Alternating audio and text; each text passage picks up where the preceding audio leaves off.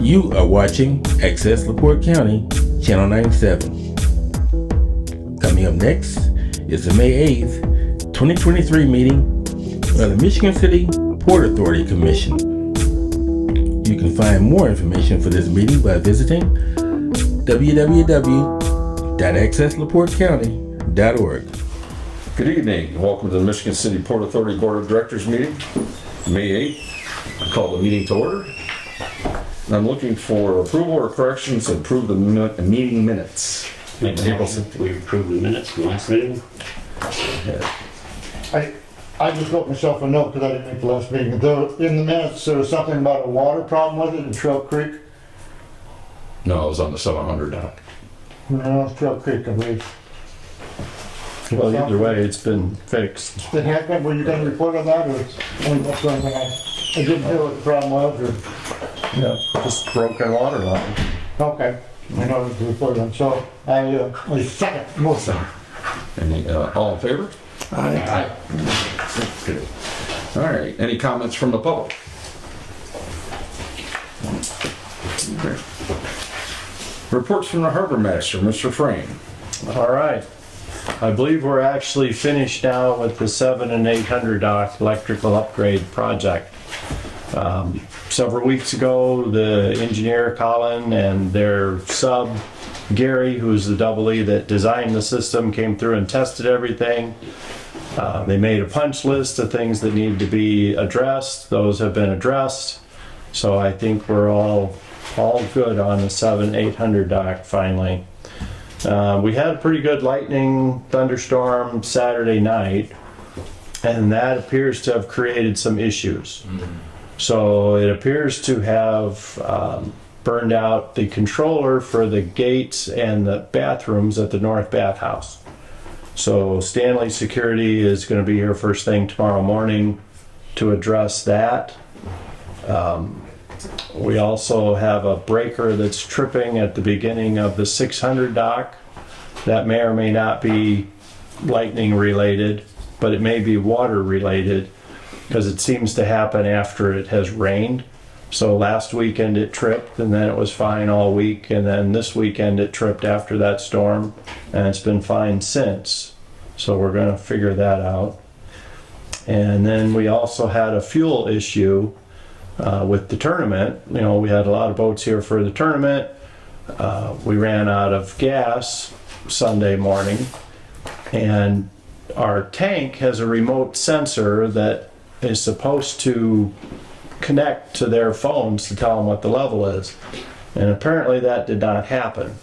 So we ended up getting fuel about 9 o'clock Sunday morning. So anybody that wanted to fuel up before they leave was able to do that, but anybody that tried to get fuel first thing in the morning would have had a problem. We also repositioned and fixed the ramp on the floating dock. So over the winter, the ice moved the floating dock between 2 and 3 feet to the west. That broke the ramp that goes down to it. So we pulled the ramp off, we rebuilt that, and then we repositioned the floating dock and put that ramp back in. And that took care of that.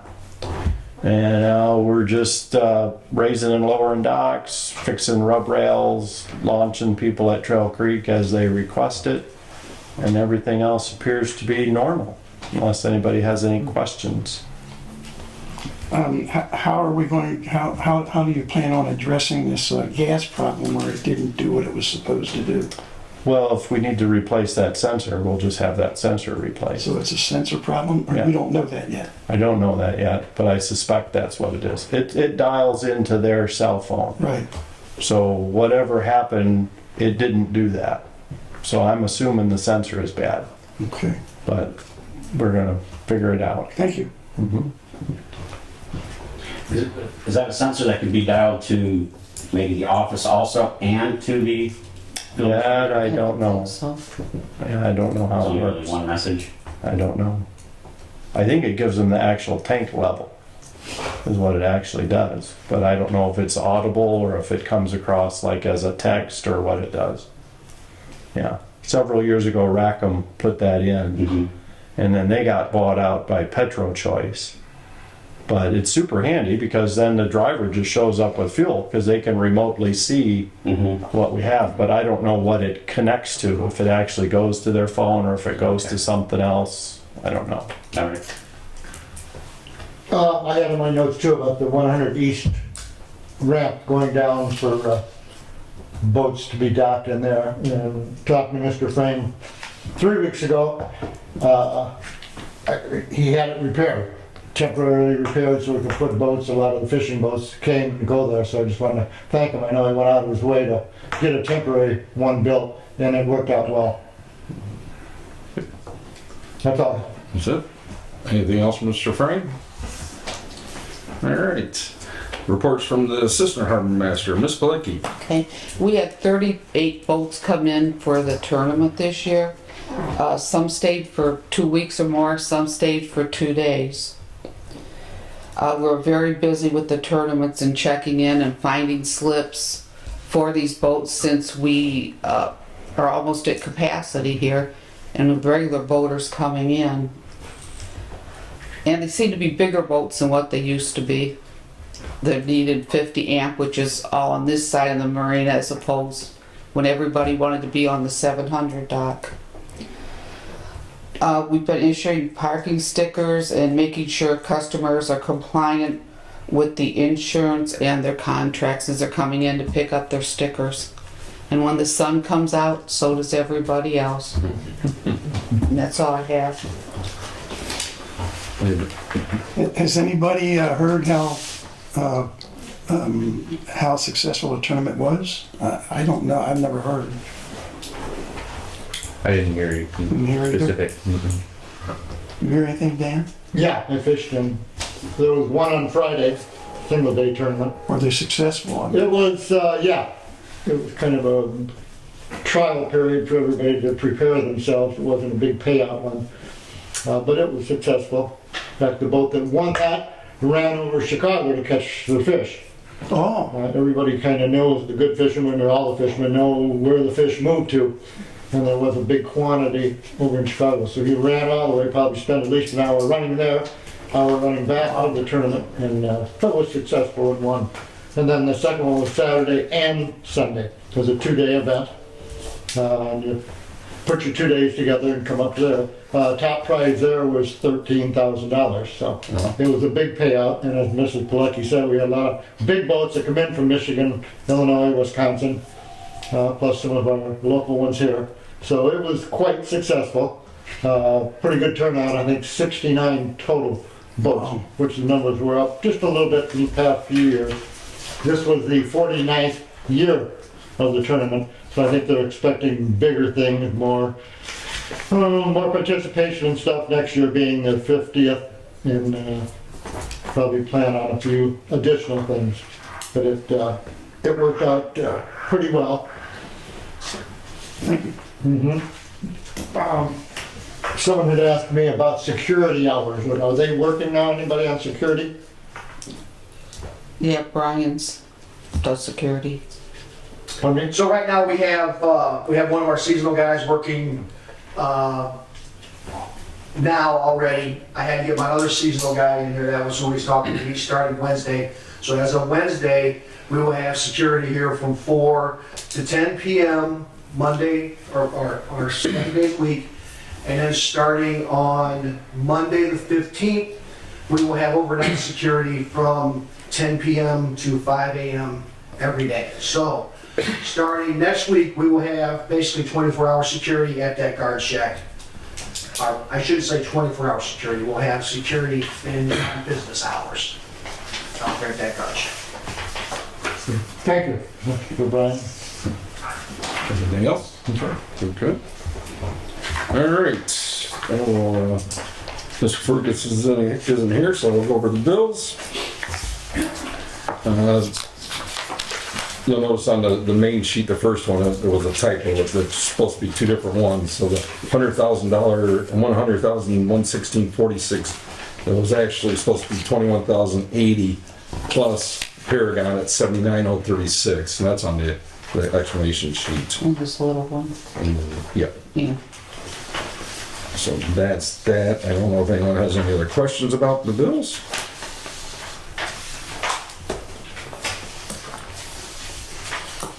But in total, we have total bills of $155,443.92.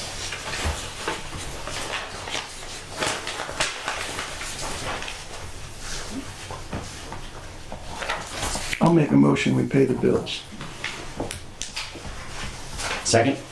Would be best. Any other questions, anybody? All in favor? Right? Aye. All right, port operations, personnel, I think we're pretty much all hired up. I don't know if you got your person yet for Bob. We're doing okay right now. Okay, good. Like I said, Brian has security ramping up on the 15th, so that's good. We have a plan for the gate there. And, I missed Mr. Haynes, claims and insurance. I've got nothing to report. Nothing to report? All right. I'm all good there.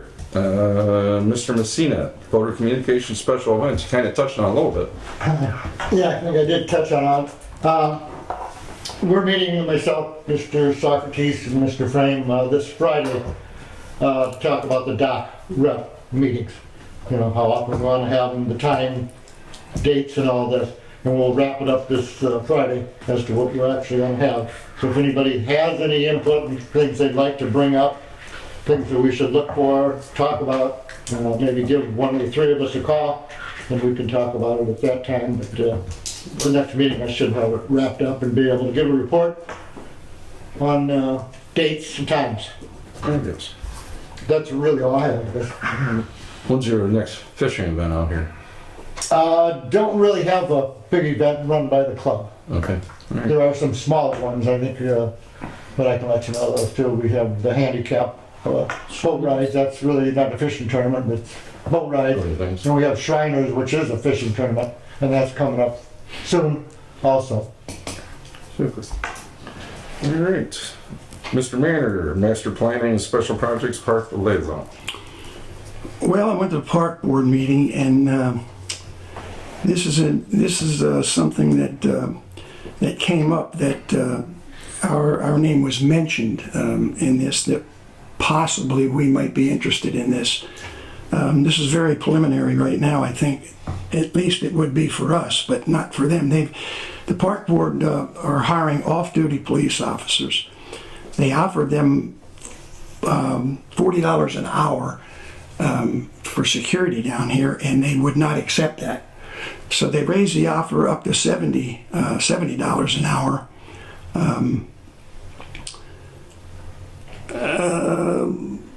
This actually could, they met with the mayor and they met with the police chief, and they actually passed a,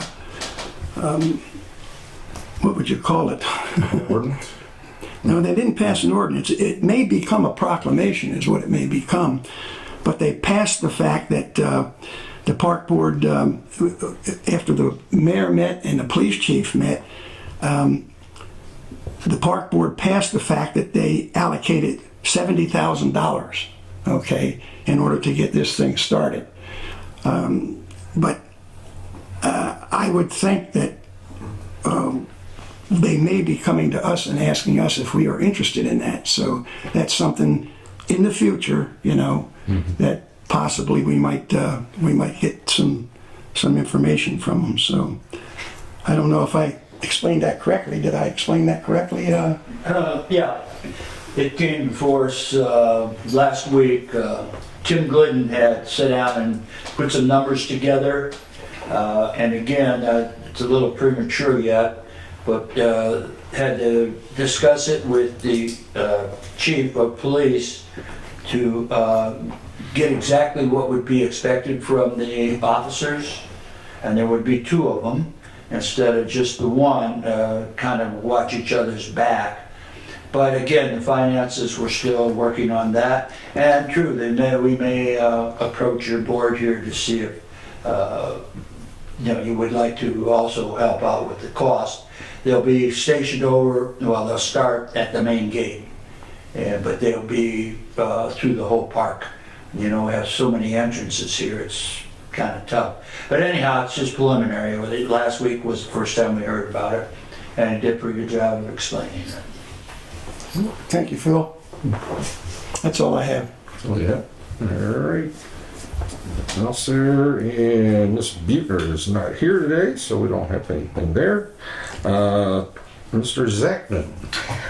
At the last meeting, I made a mistake about the Port Authority's employee manual. The Port Authority does have an employee manual. It's about 77 pages long, pretty comprehensive. I've been through almost all of it. I got a little bit more to go. I understand that it's patterned after or almost completely a twin of the city's employee manual. And so if that is the case, then I don't think we should tinker around with it too much. I think we should probably want to be consistent with what the city is doing, at least vis-a-vis the employee manual. What I've read of it so far, it hits everything. I wouldn't take anything out of it, and I really don't feel as though there's anything that needs to be changed in it, but I'm not quite through the whole thing yet.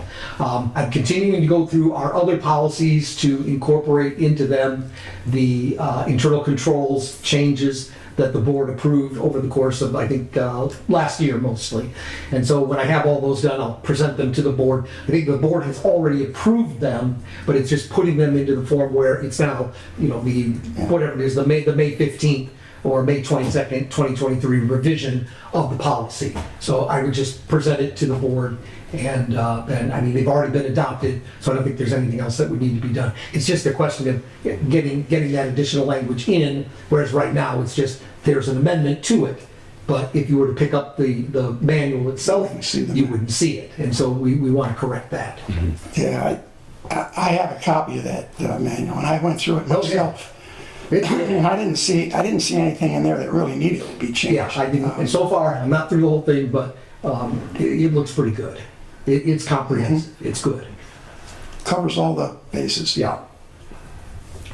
So, we just need to make sure everyone has one signed on a copy of it. Right. That's, And- once we get it revised. Yeah, Fine. and I was tinkering with the idea of maybe doing a summary of it, but then if you give somebody a summary, that's all they're going to read. Yep. And you want to be familiar with that document. Correct.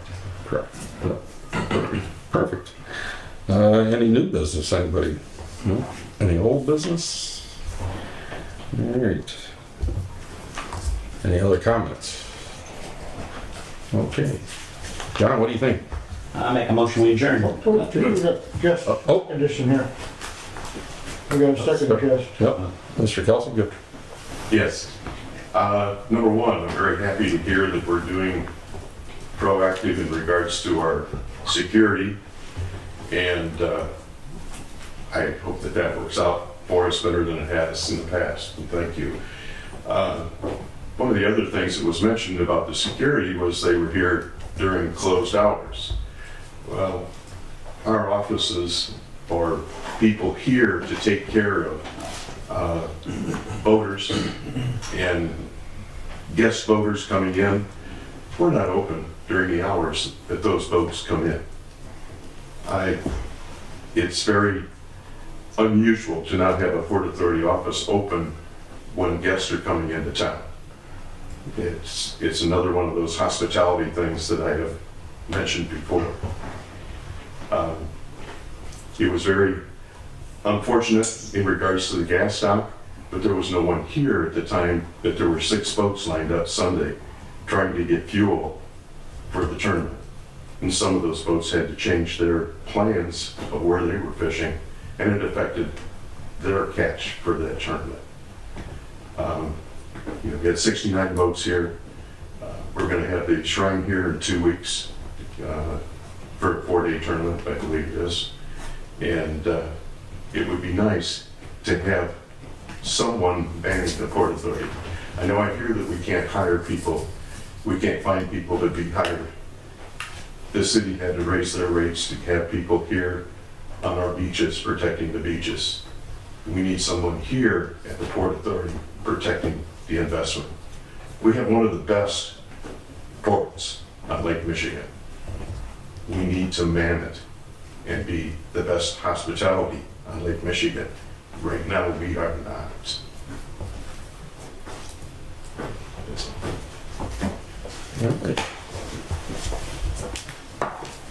This discussion has come up in the past, with the tournaments in the past, and even just nice weekends. Boaters travel around the lake, and it's usually a security guard that we have will have a radio and contact the person, and it's through Tim and Mary Ann. I've not heard much about it this last year, if there was any issues with it. But I think it's a good idea to have somebody here a little bit after hours, not all night, but Right. later hours. Well, as far as overnight renters, most of it, it's all done by telephone. And the people's keys are waiting for them when they come in. And as last year and this year, we're not gonna have many overnight people at all because we have no slips open. Okay. That, Good answer. We have overnight people coming in, and we have people coming in here after hours to get fuel. We do not have someone on the fuel dock. 2 weeks ago, we went in to get fuel. We didn't even have dock lamps on the dock. We do not have a sign with people coming in from out of town that are not aware of where the fuel dock is at or the Port Authority is at. And if those people are coming into the 700 dock, they can't get in the gates after hours to get their key or to get their information. we tell them to pull up to the fuel dock, and from the fuel dock, they can press a button and get into the office. They are also sent a map that's emailed to them of showing them where the office is, the fuel dock, and their slip. Okay. People that have asked me about it, I have not seen that, but that would be a good idea. I mean, we can send you one tomorrow and show you what it is. That's fine. On that same vein, I know I've talked about it too, and the gas stock, and I thought we had talked in the past, if there's not gonna be someone in the office to answer a telephone, that it would bounce to the security office. He would have a cell phone, and he'd be able to answer any questions. We don't want our security answering the telephone. Pardon me? We don't want our security answering the telephone Okay, from customers at night. We don't want that. okay. Well, I was the first one to call, and it was like 5:30 Sunday morning about no fuel. The fuel dock's not working. I called the office and said, we won't be here, we're closed on Sunday, call back Monday, or somebody will be getting back to you right away. You could have called me at home. Yeah, I don't think Yeah. that's in our policy to call office personnel during off hours. Everybody does it. I mean, you wouldn't be the first person. I mean, I don't mind it. It's what it is. That's all I have. Anybody else? You good? Okay, there. Make a motion, we adjourn then. There we go. Number 3.